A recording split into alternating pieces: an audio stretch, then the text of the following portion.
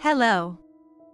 I invite you to continue our series of calm reflections on the book Our Home, by André Luiz, a spiritual account of life after death, and the journey of consciousness. In the previous chapter, André Luiz came face to face with the truth about himself. He understood that his suffering was not accidental, that spiritual healing does not begin with comfort, but with the courage to accept responsibility.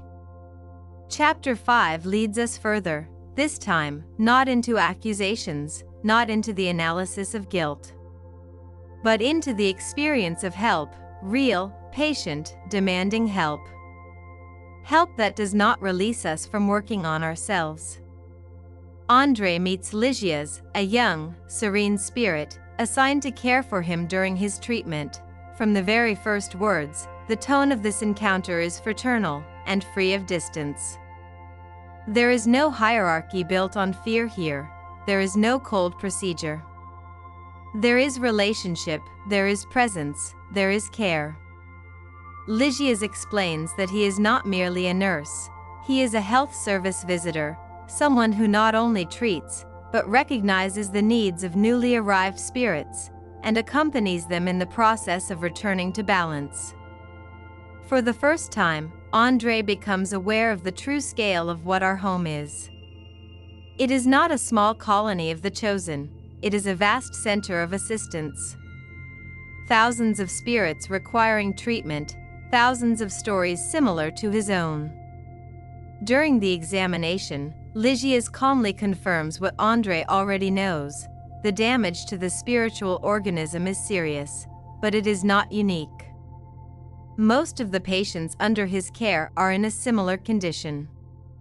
And then one of the strongest statements of this chapter appears, without drama, without condemnation. In our home there are also maimed spirits. Those who abused sight in wrongdoing arrive deprived of vision. Those who used movement for destructive acts experience paralysis. Those who yielded to sexual distortions often arrive in a state of deep disturbance of consciousness. This is not punishment, it is consequence. The natural result of long-term attitudes. Lísias explains something extremely important. Our home is not a place of perfected spirits, it is not a reward. It is a place of work. A place where joy is born not from rest, but from the possibility of service. Spirits are happy, because the Lord has not taken from them the bread of work. This is one of the deepest messages of this book. Happiness in the spiritual world does not lie in the absence of duties, but in the meaning of effort.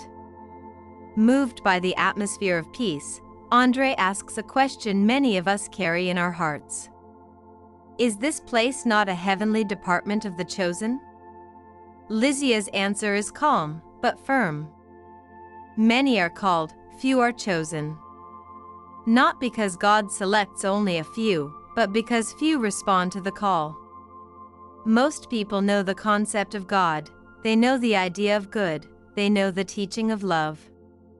But they choose other invitations. Whims, comfort, lack of responsibility. The result is simple. Every day, thousands of spirits leave Earth in a state of deep disorientation. Not enlightened, not prepared, not ready. Lísias dispels one of the greatest illusions of human consciousness. The death of the body does not automatically transport us to realms of wonders. It does not erase debts, it does not repair neglect, it does not make us better.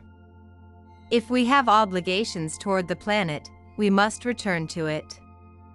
It is not just for someone else to remove the thorns from a field that we ourselves have sown. This is not severity, it is order. Overwhelmed by this awareness, André wishes to sink into regret, but Lísias gently stops him.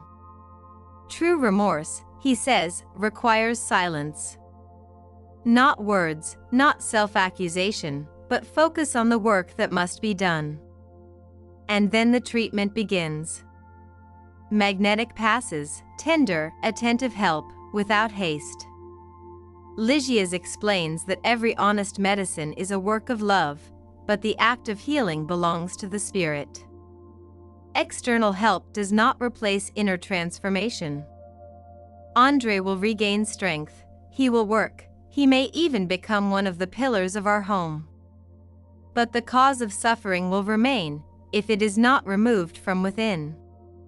At the end, Lísias speaks words that close this chapter with extraordinary gentleness. Tears that are not born of rebellion are medicine. Crying can cleanse, free the heart, restore harmony. And one more thing. The earthly body, so often disregarded, is a sacred temple of repair. Without it, how many millennia would we remain in ignorance? Chapter 5 reveals something fundamental. Spiritual help exists, but it is not substitution. Healing is possible, but it requires cooperation. Mercy does not cancel responsibility, it gives it meaning. And perhaps the most important question of this chapter is: are we able to accept help without expecting someone else to do all the work for us? In the next chapter, André will begin learning life in our home, no longer only as a patient, but as a conscious participant in the community. The journey continues. See you soon.